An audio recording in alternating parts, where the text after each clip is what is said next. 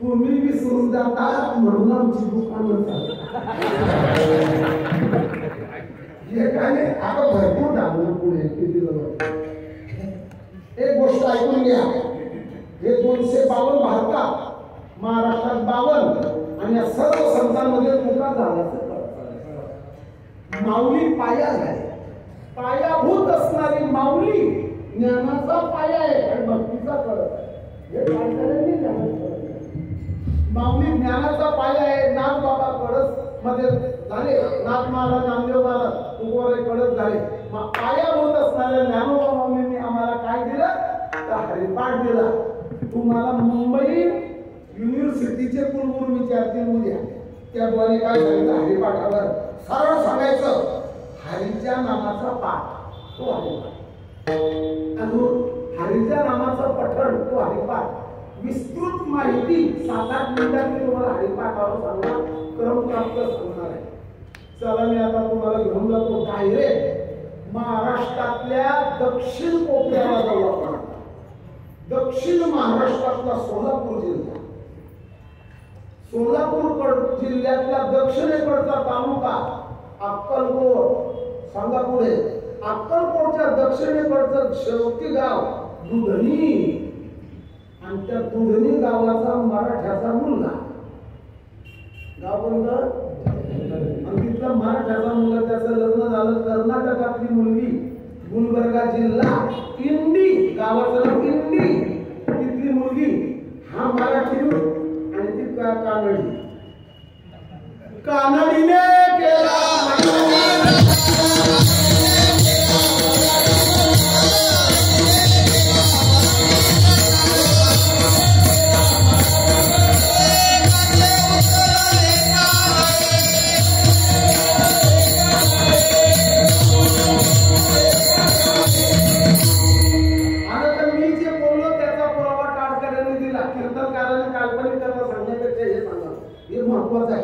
कानडीने केला मराठा भरता एकाचे उत्तर एका नाही. हा म्हणजे उपदेश्वर प्रकरणात आहे.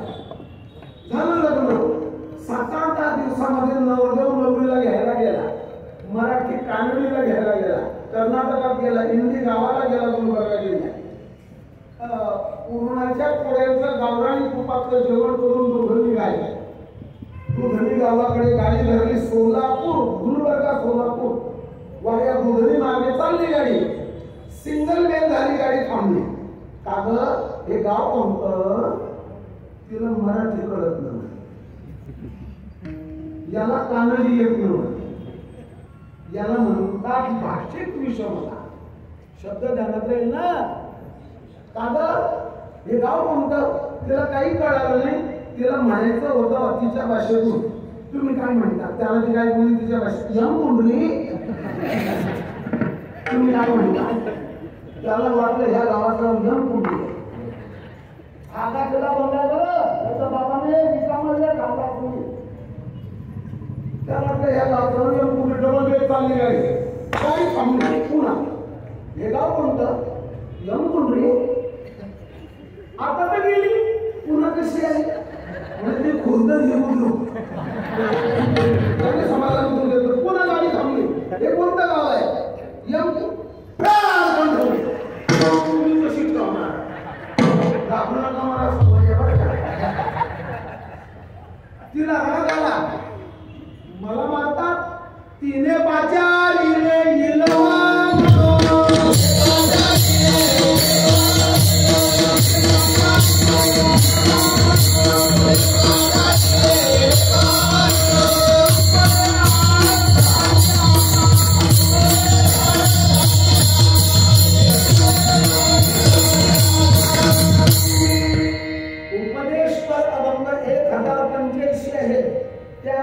हे दुसरं चरण हिलबा.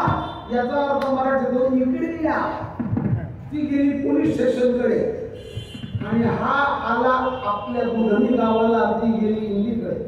भाषेची विषमता झाली तर संसारही नाही आणि परमार्थ. म्हणून पुनश्च सांगतो तुम्हाला, सुसंवाद साधावा. संप्रदायामध्ये मतांतर असू शकतात, संवाद साधावा आणि संगत साधावी. भाषिक, वैचारिक, आहार सगळी संगत असावी. मग ऐका आता पुढचं वाक्य सांगतो तुम्हाला. ज्याला संसार करायचा असेल त्याला त्याच्या संसारामध्ये बरं का विसंगती नसावी. वाक्य ऐका काय बोललो, नसावी. आणि कुसंगती नसावी. परमार्थात कुसंगती आणि संसारात विसंगती नसावी. मग काय असावी, सत्संगती असावी. काय फायदा आहे, साधूचे संगती तरणो पायो.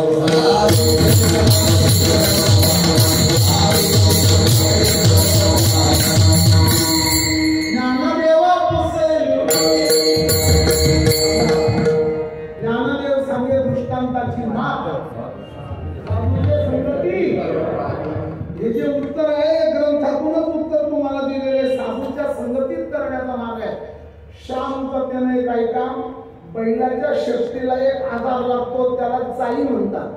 खानदेशामध्ये त्याला कुंडरी म्हणतात. एका वनस्पतीचा काटा खोसला की ते जंतू मरून जातात, ढोर चांगलं होतं. झाडाला वाढवी लागते, झाडाला वाढवी लागतात दोन.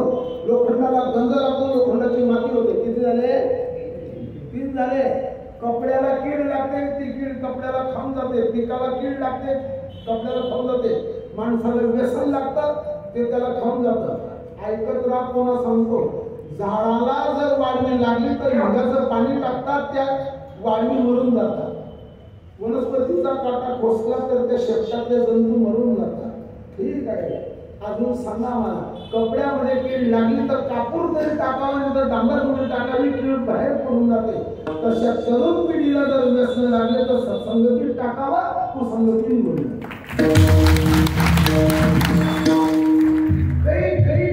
काही लोकांचे सदाचरणी, लोकांचे मुलं व्यसनी झाले. पण कमीत कमी 2 गोष्टीपासून दूर राहावं, व्यसन आणि फॅशन. काय काय काय काय व्यसन कोण बोललं, व्यसन मी सांगेल तुम्हाला पुढे. मग त्या जोडप्याचं काय झालं, ते झालं त्यांच्या राग. मग विसंगती नसावी. मग सत्संगतीत काय मिळतं हे ऐका.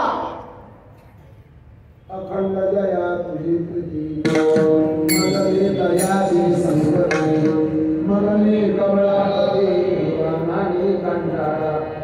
मला थोडं आठवतं, वयाच्या 8व्या वर्षापासून मी कीर्तन ऐकतोय. एका कीर्तनकाराने कीर्तनात सांगितलं 63-64 वर्षापूर्वी की मानवाच्या शरीराला चहाची गरज नाही. पैसे कमवणाऱ्या कंपनीने आसामच्या झाडाचा पाला तुम्हाला चहा म्हणून पाजला. चहामध्ये टेनिन नावाचं विष, हे ऐकलेलं 70-72 वर्षापूर्वी मला अजूनही व्यसन नाही. आज सत्संगतीचा परिणाम.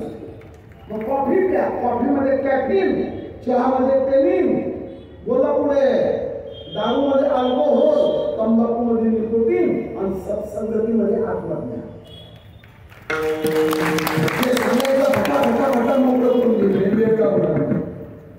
मग आम्हाला तर उद्धरायचं आहे. मग उद्धरण्याकरता लागतं ज्ञान, आणि त्या ज्ञानाला म्हणतात बोध. शब्द ध्यानात येईल ना, काय ज्ञानाला शब्द दिला.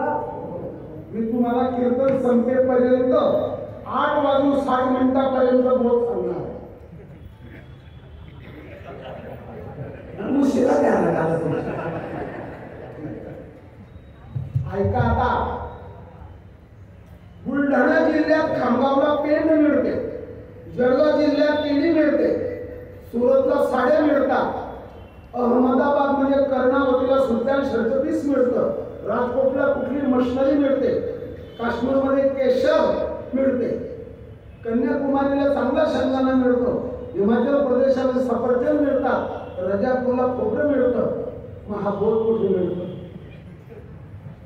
कुठे आलो मी बोधाजवळच येते, फिरून फिरून फिरून. मग साधू जवळ मिळतो. एकच करा.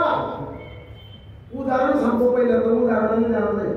मी लग्न केलं, मला मिळवणार नाही, पत्नीला भाऊ नाही, उदाहरण आहे.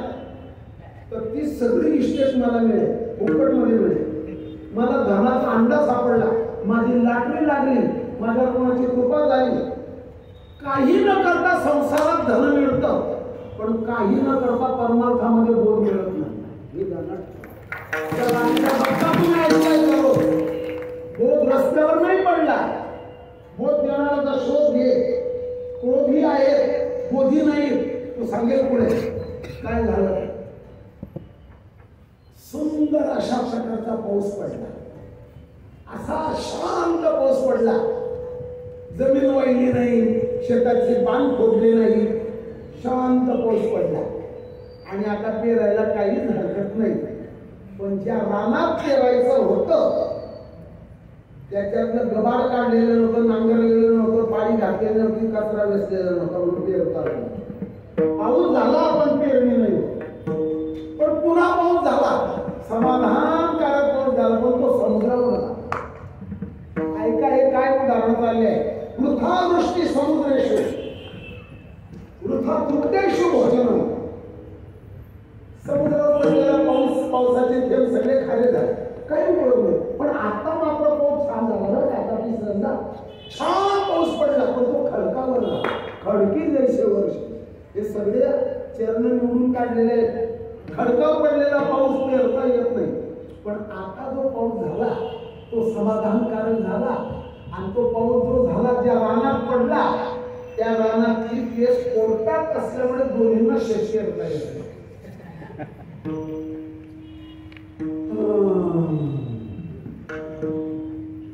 असा पाऊस पडावा, छान पाऊस पडला. 11 इंचाची खोल नांगर, 4 वेळा जमिनीला पाणी घातलेली, एकरी 3 ट्रॉल्या खत टाकलेलं, सुंदर समाधानकारक पाऊस झाला. आणि त्या रात्रीच गावातली म्हातारी मेली. आता पेरायचं तर म्हातारीला वाटलं लावलं. ध्यानात आले सगळ्यांच्या. मृग नक्षत्रातला शेवटचा दिवस आहे, जा पेरायला जा. म्हातारीला फिरण्याची वेळ आहे संध्याकाळच्या 6ची. सगळे रानात जा, पेरायला जा. अशा वेळी मडे जातो